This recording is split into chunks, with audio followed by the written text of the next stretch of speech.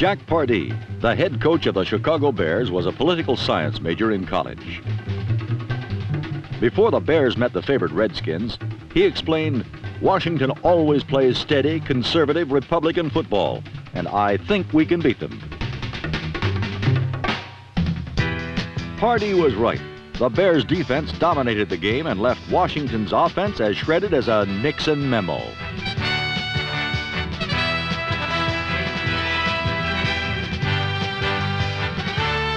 It was the third win in 4 games for the Bears, and their surprising resurgence can be attributed to several factors. First, there's defense. Led by Wally Chambers and number 68 Jim Osborne, the Bears lead pro football in quarterback sacks. Last year, the Bears yielded an embarrassing 27 points per game. This season, with Osborne leading the charge, they've allowed only 8 points per game, the lowest total in the league.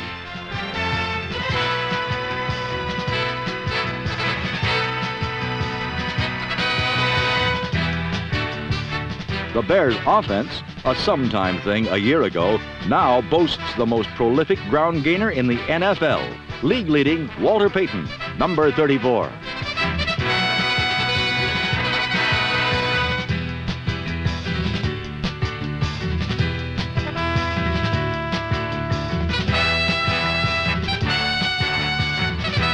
Payton's exploits have obscured the spirited beginnings of a newfound Chicago passing game. Young players like Brian Boschnagel, number 47, and quarterback Bob Avellini have brought high hopes to the Windy City.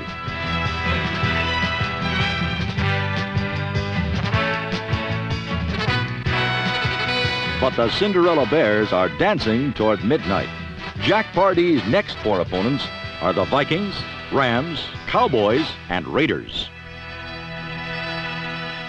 Chuck Fairbanks, the head coach of the NFL's other Cinderella team, the New England Patriots, has already confronted the toughest part of his schedule. Last Sunday, quarterback Steve Grogan led the Patriots to their 3rd consecutive upset victory. This one, a 48-17 shellacking of the previously unbeaten Oakland Raiders.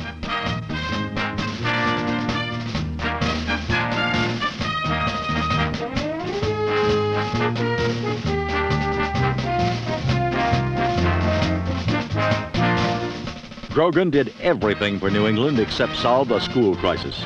He ran for 2 touchdowns and passed for 3 more.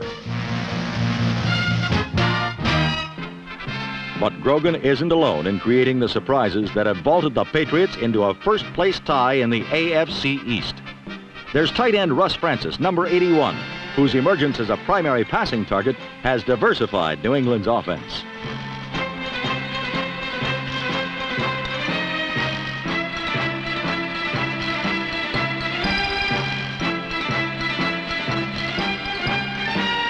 Sam Cunningham, number 39, has been injured the last 2 years. But this season, he signed a 3-year, $600,000 contract, and the Patriots are making him earn it, using him frequently as a pass receiver as well as a ball carrier.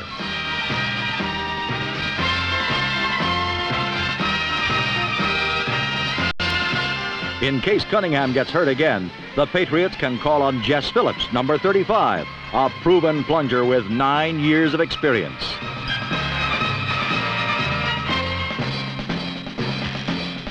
In the New England secondary, where 2 rookies are starters, the steady play of veteran Prentice McRae, number 34, has helped camouflage a potential weakness.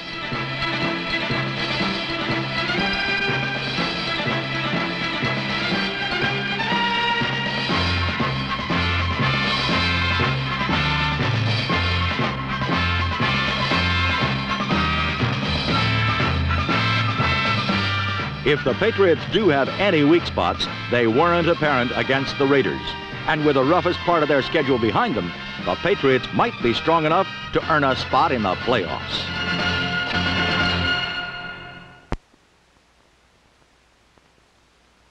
A mere shadow of what they once were, the Kansas City Chiefs have yet to win a football game this season.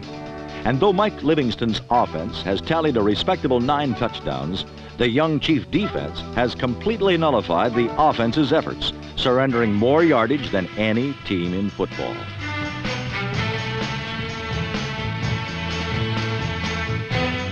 Through 4 games, the Chiefs have allowed an incredible 131 points.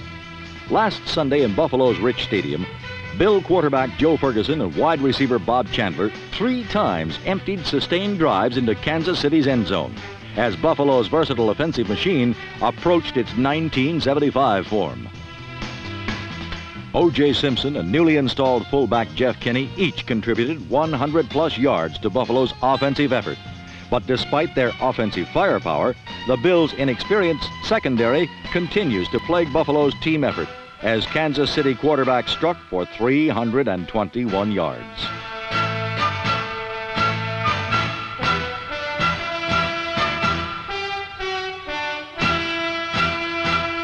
Lackadaisical play in Buffalo's secondary often turns apparent mismatches into close football games. But despite a poor overall effort, the Bills' defense forced 6 turnovers, including this one on the game's final offensive play.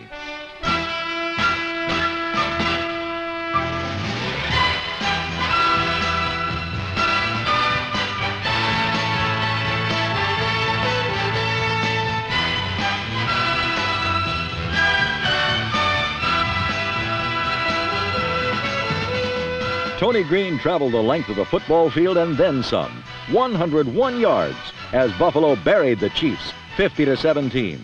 A rousing victory for the awakening Bills, and indeed, they had earned a well-deserved rest.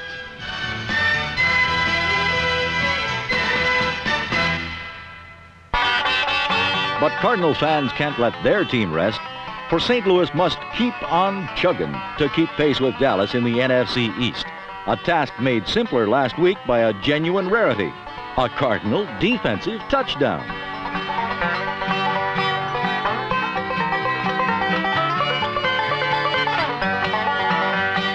Mike Sensabaugh's 35-yard interception return set the tone for the entire afternoon as both teams turned in alert, opportunistic, heads-up defensive play. But New York's cunning defense could only outwit the Cardinals for so long. With Jim Otis sidelined, Jim Hart turned to his replacement, number 34, Steve Jones. And the 4th-year fullback responded with 85 yards rushing and 2 touchdowns, enough to keep the Giants winless. On the positive side, the surprising San Diego Chargers arrived in Denver undefeated. But Denver partisans prescribed a cure for San Diego's resurgence, and the much-improved Bronco defense made it stick.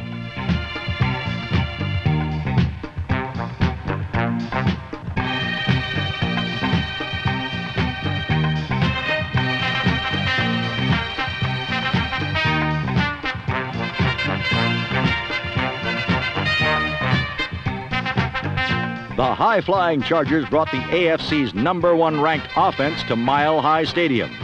They left without a point. For Denver has discovered the magic of solid defense. Only the Bears have permitted fewer points in the entire NFL. And when a defense can stop an opponent cold, it opens up new avenues of attack. In this case, for a 5-foot, 10-inch, 170-pound will-o'-the-wisp named Rick Upchurch.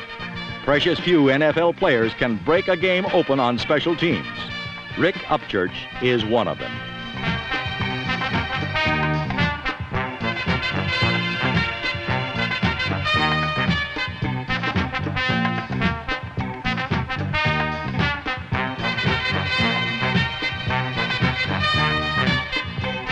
Upchurch's 92-yard punt return opened the proverbial floodgates as Denver went on to roll up 26 points while shutting out the Chargers.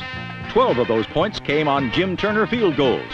The rest came on this back-breaking 1-yard plunge by reserve fullback Lonnie Perrin. Denver's convincing win earned the Broncos a first-place tie with Oakland in the AFC West. Denver has never won a divisional title of any kind, but their fans have been patient. And who knows, maybe this time around.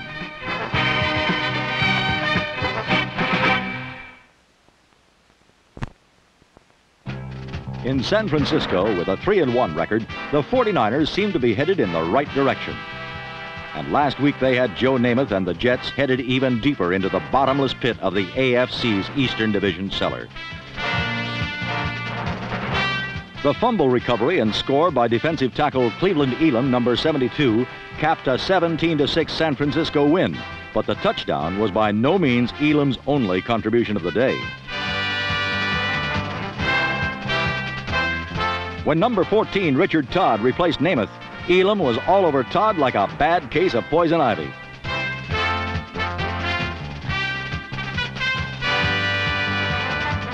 Elam, a second-year man from Tennessee State, was an inspiration to the 49ers, who are going to need all the inspiration they can get this Monday when they suit up for an NFC Western Division showdown with the tough Los Angeles Rams. But lest Richard Todd feel too bad, in Baltimore, quarterbacks were having their problems too.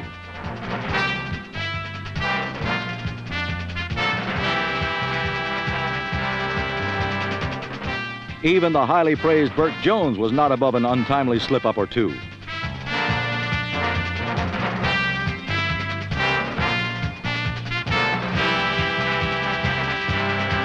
But it was the Tampa Bay Buccaneers who suffered the most embarrassment, as they made numerous errors and at one point allowed the Colts to score on 7 straight possessions.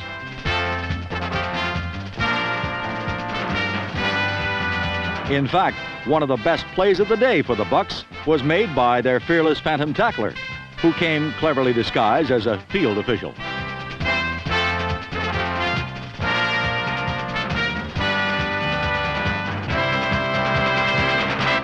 But in the end, not even 10 shiploads of Buccaneers could stop the Pony Express, as Jones to number 26, Lydell Mitchell, accounted for 24 yards and a touchdown.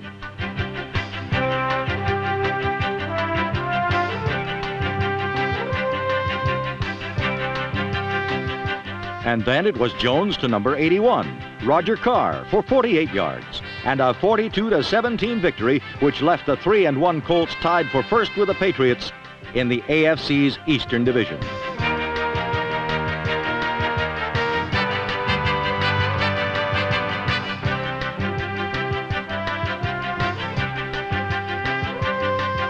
Meanwhile, in Louisiana's Superdome, Houston's Billy Johnson scored a touchdown and threw a challenge the way of dancers Gene Kelly and Fred Astaire.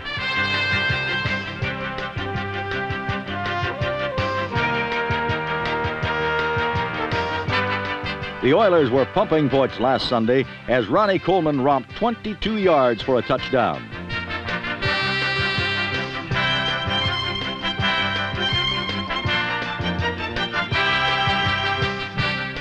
Houston upped its lead to 31-9 when C.L. Whittington, number 38, recovered this fumble and blazed 96 untouched yards for the score.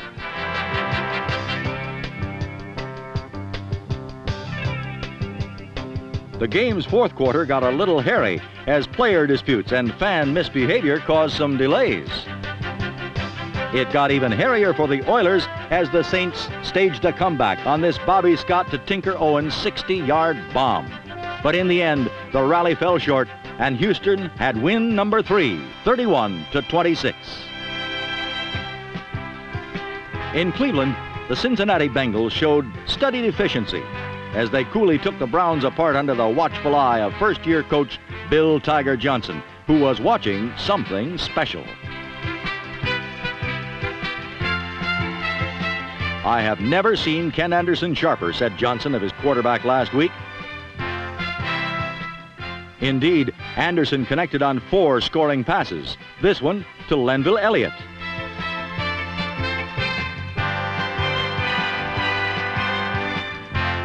And when number 30, Willie Shelby, returned this kick 97 yards, it caused Cleveland coach Forrest Gregg to comment, "We're like a leaky dam. I've used all my fingers and have 1 toe left."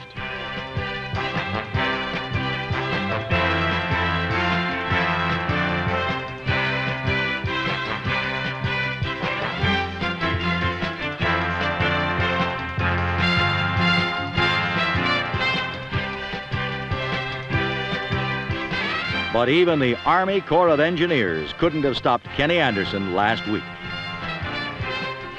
His 2 scores to the ever-open Isaac Curtis made it 31-10.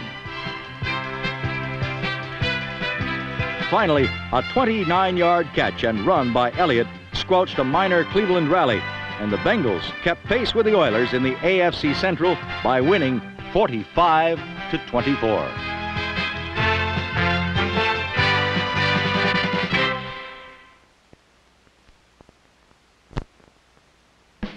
In the Seattle Kingdome, the Dallas Cowboys met an ambush. Seahawk coach Jack Patera was one of the original Cowboys, and quarterback Jim Zorn was cut by the Cowboys just last year. Together, they devised the plan which had Seattle ahead 13-0 in the second quarter. But although the Seahawks were a shocking second in the conference in passing, they were dead last in defense. And accordingly, Roger Staubach was not afraid to fire the Landry shotgun.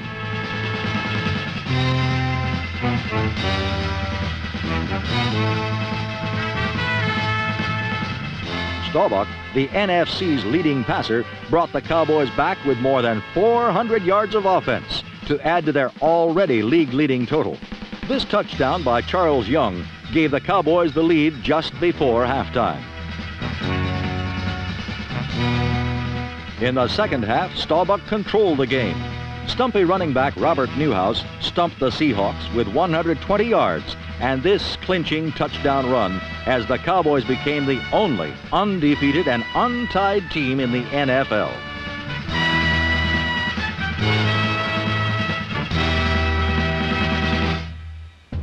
In Miami, two more pretty fair offensive clubs went at it.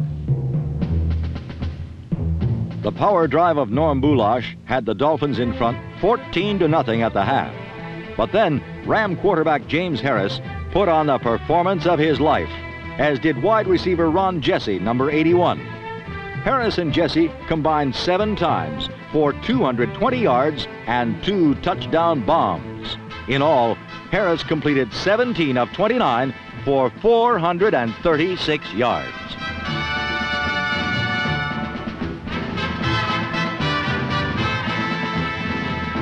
Trailing 28-21 midway in the fourth quarter, Bob Greasy cranked up this beauty to Nat Moore to tie the score.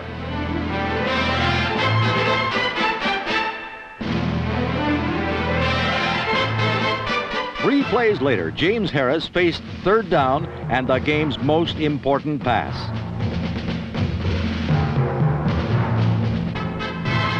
Harold Jackson's clutch reception took the ball within easy field goal range, and Tom Dempsey, who had missed 3 earlier attempts, booted home the winning points for the first-place powerhouse called the Los Angeles Rams.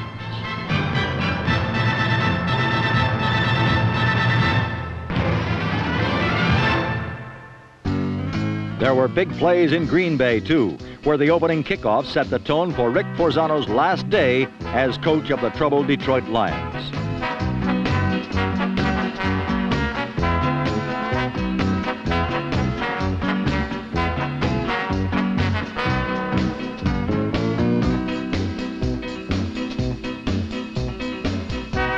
James Hunter yanked Steve Odom down just short of the end zone, but the Packers took it in from there to lead 7-0 after the first 47 seconds of play.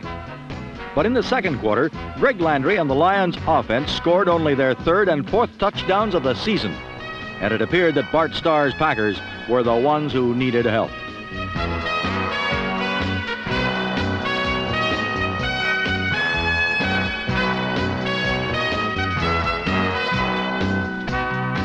Dexter Bussey scored before losing the ball, but this was just about the last break the Lions got, as 8 times the Packer rush got to Landry, and number 74, Dave Roller, was pretty pleased with it all.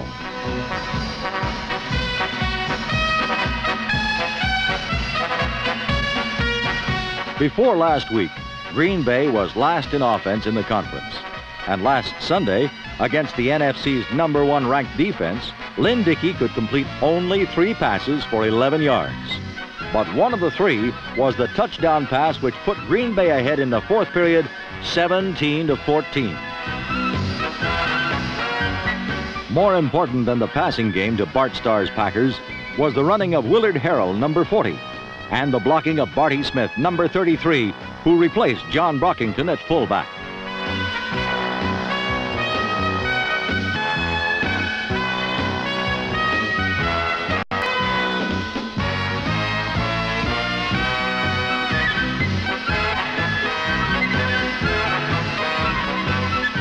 5'8" Willard Harrell, the second-year runner from the University of the Pacific, gained 111 yards rushing, and also threw the pass which clinched the Packers' first win and Rick Forzano's last loss, 24-14.